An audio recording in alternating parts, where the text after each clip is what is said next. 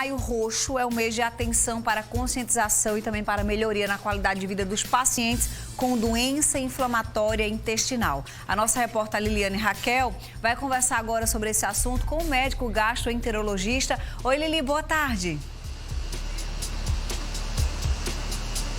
Olá, Fernandinha. Boa tarde a você, boa tarde a todos. Olha só, o doutor José Imar já está aqui do meu lado para explicar melhor para a gente. Doutor, primeiro, o que são essas doenças inflamatórias intestinais? Boa tarde.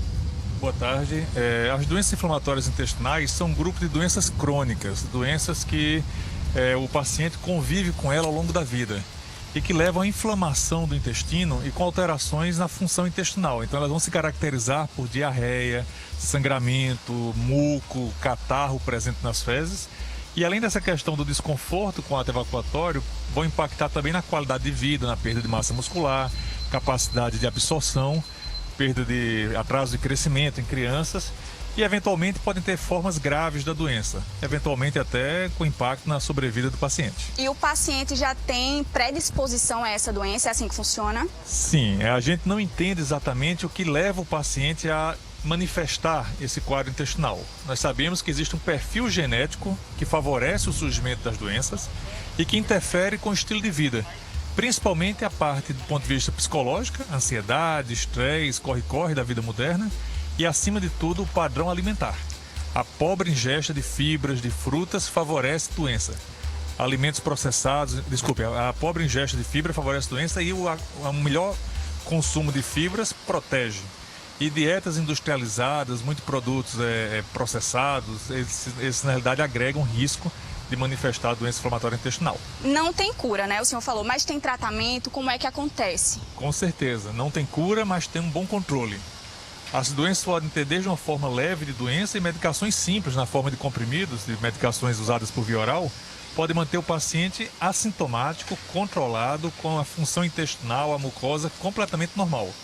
Mas alguns pacientes necessitam de tratamentos mais complexos, que a gente chama de imunomoduladores, e que esses requerem o acompanhamento de um especialista. Então, esse mês de maio, nós estamos no Maio Roxo, como se diz, é o mês de divulgação das doenças inflamatórias intestinais. Elas sempre existiram, mas hoje elas estão mais presentes pelas mudanças do estilo alimentar, o que causou um aumento real na incidência de doença inflamatória intestinal na população, mas também tem uma maior divulgação, o que chama a atenção da pessoa, que, por exemplo, no passado dizia que tinha crises de ameba, de sangramentos, de repetição a todo ano, 3 vezes por ano.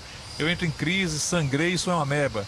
Muitas vezes são pacientes com o que a gente chama de retocolite ou colite ulcerativa, que são doenças inflamatórias intestinais tratáveis e controláveis. Doutor, tem uma faixa etária específica que está mais propensa a essas doenças? A doença ela dura a vida inteira, mas elas geralmente se manifestam, iniciam a sintomatologia no final da adolescência e começo da vida adulta. Muitos pacientes manifestam por volta aí do início da vida adulta sintomas de sangramento intestinal, de perda de peso, de muco e eventualmente formas graves como a saída de material tipo uma secreção ou mesmo fezes através de orifícios não natural, que é o que a gente chama de fístula. Então o pico de idade no final da adolescência e um segundo pico por volta dos 40 anos é o mais frequente de manifestação. Tem algum cuidado específico que o pessoal pode ter para poder evitar essa doença? Um estilo de vida saudável, como se falou aqui, melhora a saúde intestinal como um todo. Então, um estilo de vida que não tem excesso de tabagismo, consumo de álcool, alimentos muito condimentados, alimentos industrializados, a redução desses fatores é protetora para a parte intestinal. Um aumento na ingesta de legumes, frutas, folhas, verduras, alface, couve, também é protetor. E um estilo de vida saudável que não é apenas isso, é uma rotina. Horário de trabalho, horário de repouso, horário de refeição, atividade física regular, melhora a saúde do organismo como um todo, inclusive da parte intestinal. Doutor, muito obrigada pelas informações e pela participação aqui no Com Você. Nós que ficamos à disposição, o Hospital Universitário tem um centro de referência em atendimento de pacientes com doença inflamatória intestinal, retocolite e Crohn, e está à disposição. É isso, Fernandinha, volto com você. Obrigada, Lili. Um abraço ao doutor e a todos os médicos do HU. São sempre disponíveis, né, nessa colaboração da informação aqui no Com Você. Oi, Diego! 3, 2...